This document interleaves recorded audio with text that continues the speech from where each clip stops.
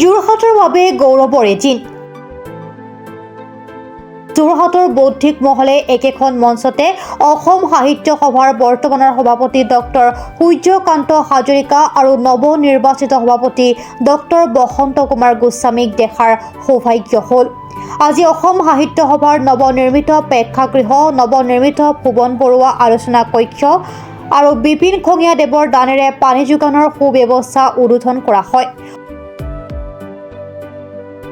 অসম সাহিত্য সভাৰ দুয়োগৰাকী সভাপতি আৰু কাজিৰঙা লোকসভা সমষ্টিৰ মাননীয় সাংসদ শ্ৰীযুত কামাখ্যা প্ৰসাদ তাছাদেৱৰ উপস্থিতিত অসম সাহিত্য সভাৰ সভাপতি ডক্টৰ সূৰ্যকান্ত হাজৰিকা দেৱ আৰু নৱনিৰ্বাচিত সভাপতি ডক্টৰ বসন্ত কুমাৰ গোস্বামীদেৱে দানবীৰ ৰাধাকান্ত সন্দিকৈ ভৱনৰ ওপৰ মহলাৰ প্ৰেক্ষাগৃহটিৰ দ্বাৰ মুকলি কৰে।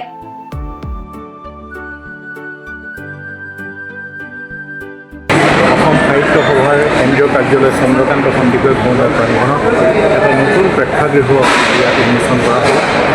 এই প্ৰেক্ষাগৃহটো নিৰ্মাণ কৰাৰ কাৰণে ভূতপূৰ্ব যোৰহাটৰ সাংসদ শ্ৰী কামাখ্যা প্ৰসাদ তাছা ডাঙৰীয়াই তেখেতৰ সাংসদ পুঁজিৰ পৰা 30 লক্ষ টকা দান দিছিল আৰু সেই 30 লক্ষ টকাৰেই এই প্ৰেক্ষাগৃহ নিৰ্মাণ কৰা হৈছে। আৰু ইতিমধ্যে এই প্ৰেক্ষাগৃহৰ কাৰণে যিখিনি আনুষংগিক বস্তু লাগে সেইখিনি দিবৰ কাৰণে আজি সাংসদ ডাঙৰীয়াই ইয়াত আজি ঘোষণা কৰি থৈ গৈছে। মই ভাবোঁ যে আজি অনুষ্ঠিত হোৱা এই প্ৰেক্ষাগৃহটি কেৱল অসম সাহিত্য সভাৰ কাৰণেই নহয় বা যোৰহাটৰ বৌদ্ধিক সমাজৰ কাৰণে নহয়, সামগ্ৰিকভাৱে সমগ্ৰ অসমৰ বৌদ্ধিক সমাজৰ কাৰণে ই এটা অতি উল্লেখযোগ্য সম্পদৰূপে চিহ্নিত হ'ল। আশা কৰিছোঁ এই প্ৰেক্ষাগৃহত অসমৰ বৌদ্ধিক সমাজৰ ব্যক্তিবৃন্দই বিভিন্ন বিষয় লৈ আলোচনা চক্ৰ ইত্যাদি আয়োজন কৰি সভা সমিতি ইয়াত হ'ব আৰু সেইসমূহৰ যোগেদি আমাৰ সাহিত্য সংস্কৃতিৰ দিশত যথেষ্টখিনি উপকৃত কৰাকৈ ইয়াত লাভ কৰিব পাৰিছে। আজিৰ এই শুভ দিনটোতেই আৰু এটি আমাৰ সভাগৃহ এই চন্দ্ৰকান্ত সন্দিকৈ ভৱনৰ প্ৰাংগণতেই উন্মোচিত হৈছে। শ্ৰীযুতা স্বৰ্ণ বৰুৱা গগৈ বাইদেৱে তেখেতৰ পিতৃদেৱৰ নামত ভৱন চন্দ্ৰ বৰুৱাৰ নামত এটি অতি সুন্দৰ এটা কনফাৰেঞ্চ হল ইয়াত তেখেতে আগবঢ়াইছে। গতিকে মই ভাবোঁ যে সেয়াও অসমৰ বৌদ্ধিক সমাজৰ কাৰণে এটি উল্লেখযোগ্য অৱদান ৰাখিছে। আজি এই চন্দ্ৰকান্ত সন্দিকৈ ভৱনৰ প্ৰাংগণতে আন এটি কাৰ্য সম্পাদন হৈছে, সেয়া হৈছে এটা পানী যোগান প্ৰক্ৰিয়াৰ উন্মোচন। গতিকে আজি এই শুভ দিনটোত এই তিনিওটা কাৰ্যৰ যোগেদি অসম সাহিত্য সভাই যথেষ্ট গুৰুত্বপূৰ্ণভাৱে সম্পদ লাভ কৰিলে আৰু এই সম্পদসমূহৰ যোগেদি আমি সকলোৱে উপকৃত হ'ম আৰু দাতা পক্ষক হোৱাৰ বাবে অসম সাহিত্য সভাৰ হৈ সকলোকে ধন্যবাদ আৰু কৃতজ্ঞতা প্ৰকাশ কৰিছোঁ। আজি এই যি প্ৰাপ্তি, এই প্ৰাপ্তি সঁচাকৈ আনন্দৰ প্ৰাপ্তি। যেতিয়া মই অসম সাহিত্য সভাৰ প্ৰধান সম্পাদক হিচাপে কাৰ্যভাৰ গ্ৰহণ কৰিছিলোঁ আৰু কাৰ্যভাৰ গ্ৰহণ কৰি আঞ্চলিক সম্পাদকৰ দায়িত্ব এই উদ্দেশ্যত ন্যস্ত কৰা হৈছিল, তেতিয়াই মই কৈছিলোঁ যে এই ঐতিহ্যমণ্ডিত চন্দ্ৰকান্ত সন্দিকৈ ভৱনৰ যিবোৰ আমাৰ সমস্যা আছে, এই সমস্যাখিনি দূৰ কৰাৰ ক্ষেত্ৰত আমি যথেষ্ট কষ্ট কৰিব লাগিব। আৰু সেই কথাকে সাৰোগত কৰি আমি সাংসদ কামাখ্যা প্ৰসাদ তাছা ডাঙৰীয়াক আমি অনুৰোধ জনাইছিলোঁ যে এই ভৱনটো নিৰ্মাণৰ কাৰণে। আৰু যেতিয়া আমি প্ৰথমবাৰ ইয়াতে আহিছিলোঁ, মুকলি আকাশৰ তলত আমি আহাৰ গ্ৰহণ কৰিছিলোঁ। গতিকে আজি ইয়াত এটা প্ৰেক্ষাগৃহ নিৰ্মাণ হ'ল, সেইটো সঁচাকৈ আনন্দৰ বিষয়। আৰু এই প্ৰসংগত অসম সাহিত্য সভাৰ তৰফৰ পৰা মই সাংসদ কামাখ্যা প্ৰসাদ তাছা ডাঙৰীয়ালৈ আন্তৰিক ধন্যবাদ কৃতজ্ঞতা জনাইছোঁ। কেন্দ্ৰীয় কাৰ্যালয় চন্দ্ৰকান্ত সন্দিকৈ ভৱনৰ বাবে এটি অতি গুৰুত্বপূৰ্ণ দিন।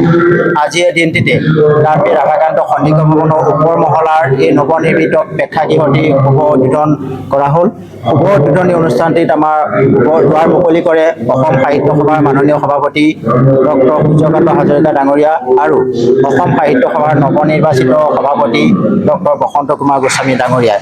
আমি এই চেগতে এই ভৱনটি নিৰ্মাণ কৰি দিয়াৰ বাবে মাননীয় সাংসদ শ্ৰীযুত কামাখ্যা প্ৰসাদ তাছা ডাঙৰীয়া আৰু যোৰহাট সমষ্টিৰ মাননীয় বিধায়ক শ্ৰীযুত হিতেন্দ্ৰনাথ গোস্বামী দেৱক আমি সভাৰ তৰফৰ পৰা আন্তৰিক ধন্যবাদ আৰু কৃতজ্ঞতা জ্ঞাপন কৰিছোঁ।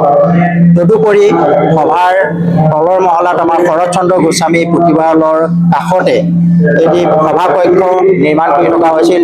ইয়াৰ বাবে আগবাঢ়ি আহিল তিতাবৰ নিবাসী শ্ৰীযুতা স্বৰ্ণ বৰুৱা গগৈ বাইদেউ, তেখেতৰ পিতৃ প্ৰয়াত ভুৱন বৰুৱা স্মৃতিত নিৰ্মাণ কৰি আছিল আজি গত 4 বছৰ পৰ্যন্ত। এই কামটো সম্পূৰ্ণ হ'ল। আজি এই সভাকক্ষটো দুৱাৰ মুকলি কৰে অসম সাহিত্য সভাৰ মাননীয় সভাপতি ডক্টৰ সূৰ্যকান্ত হাজৰিকা ডাঙৰীয়া আৰু অসম সাহিত্য সভাৰ নৱনিৰ্বাচিত সভাপতি ডক্টৰ বসন্ত কুমাৰ গোস্বামী ডাঙৰীয়াই। তদুপৰি আমাৰ কেন্দ্ৰীয় কাৰ্যালয়ৰ এটি দীৰ্ঘদিনীয়া সমস্যা, পানী সমস্যা, খোৱা পানীৰ সমস্যা বা অন্য কামত ব্যৱহৃত পানীৰ সমস্যা। এই পানীৰ সমস্যাৰ বাবে আমি অসম কৃষি বিশ্ববিদ্যালয়ৰ অৱসৰপ্ৰাপ্ত অধ্যাপক তথা বঙালপুখুৰী শাখা সাহিত্য সভাৰ বৰ্তমানৰ সভাপতি ডক্টৰ বিপিন খঙীয়াদেৱৰ কাষ চাপিলোঁ আৰু তেখেতে এই কামটো সমাধানৰ বাবে আশ্বাস দিলে আৰু সেইধৰণে তেখেতে কামটো সম্পূৰ্ণ কৰি দিলে। আজি আমাৰ পানী প্ৰকল্পটিও শুভ উদ্বোধন কৰে অসম সাহিত্য সভাৰ মাননীয় সভাপতি ডক্টৰ সূৰ্যকান্ত হাজৰিকা ডাঙৰীয়া আৰু অসম সাহিত্য সভাৰ মাননীয় নৱনিৰ্বাচিত সভাপতি ডক্টৰ বসন্ত কুমাৰ গোস্বামী ডাঙৰীয়া। আজিৰ অনুষ্ঠানটিত যোৰহাটৰ সকলো ৰাইজ উপস্থিত হৈ এই অনুষ্ঠানৰ সাক্ষী হোৱাৰ বাবে আমি আমাৰ তৰফৰ পৰা সকলোকে আন্তৰিক ধন্যবাদ আৰু কৃতজ্ঞতা জ্ঞাপন কৰিছোঁ। হ'বনে?